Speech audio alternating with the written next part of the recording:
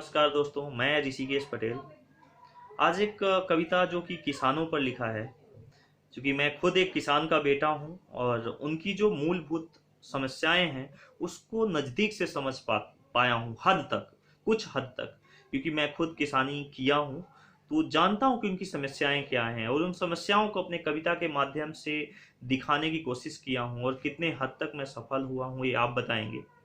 खैर, इस देश में जहां गरीबी और गरीबों पर बात करने वाला हिंदुस्तान में नहीं, लंदन या अमेरिका के किसी 5 स्टार होटल में बैठकर चर्चा करता है, गरीबी उन्मूलन के बारे में लेख लिखता है और हम तालियां बजाते हैं, तो उस पर खैर अलग बात है, उस पर डिबेट हम नहीं करेंगे।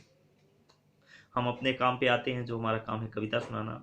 कि भीषण गर्मी में तपकर बारिश में जो भीगा है, भीषण गर्मी में तपकर बारिश में जो भीगा है, सर्द भरी रातों में, सर्द भरी रातों में खेतों में पानी सींचा है।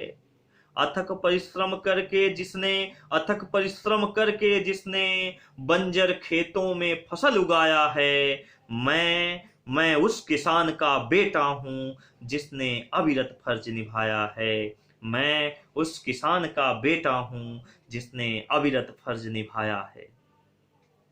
जिस फसल को उसने निर्मल जल से, जिस फसल को उसने निर्मल जल से अनगिनत बार नहलाया है, मोल अनाज का दुनिया ने, मोल अनाज का दुनिया ने एक बोतल पानी जितना भी न लगाया है। मोल अनाज का दुनिया ने एक बोतल पानी जितना भी न लगाया है। आप सोचिए, एक बोतल बिस्लरी की कीमत गेहूं और चावल के 1 केजी से ज्यादा है।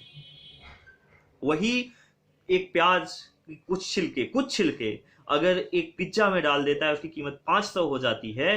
परंतु जब वो किसान के पास वो प्याज होती है तो उसकी कीमत 5 रुपए या 10 रुपए तक नहीं होती।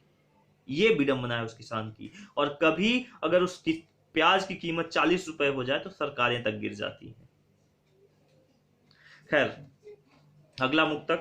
आज खा रही दुनिया बैठे, आज खा रही दुनिया बैठे, तब भी कीमत न बढ़ाया है। क्या सप्लाई और डिमांड का कॉन्सेप्ट उसके समझ न आया है?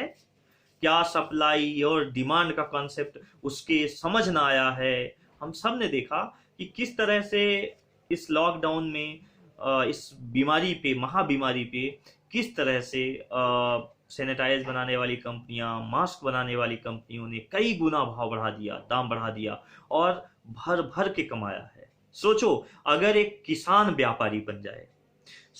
इस पर एक मुक्तक है कि किसान अगर व्यापारी हो जाए, किसान अगर व्यापारी हो जाए, कीमत डिमांड के भाव बढ़ाए, कीमत डिमांड के भाव बढ़ाए, वो भी हो जाए माला माल, वो भी हो जाए माला माल, फिर किसान ना आत्महत्या कर पाए, फिर किसान ना आत्महत्या कर पाए।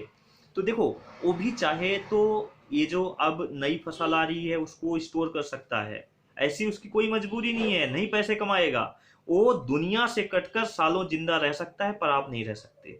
ये उसकी ताकत है। वो किसी कंपनी का कोई प्रोडक्ट ना खरीदे तब भी वो सालों जिंदा रह सकता है, अपने आप को सर्वाइव कर सकता है। अगला मुक्तक है हमारा कि लूटा है जिसको दुनिया ने, लूटा है जिसको दुनिया ने, सदियों से खून निचोड़ा है। लूटा है जिसको दुनिया ने, सदियों से खून निचोड़ा है, तब भी मानवता के मूल्यों की, तब भी मानवता के मूल्यों की बना मूक परिभाषा है। मैं उस किसान का बेटा हूं जिसने अविरत फर्ज निभाया है, जिसने अविरत फर्ज निभाया है।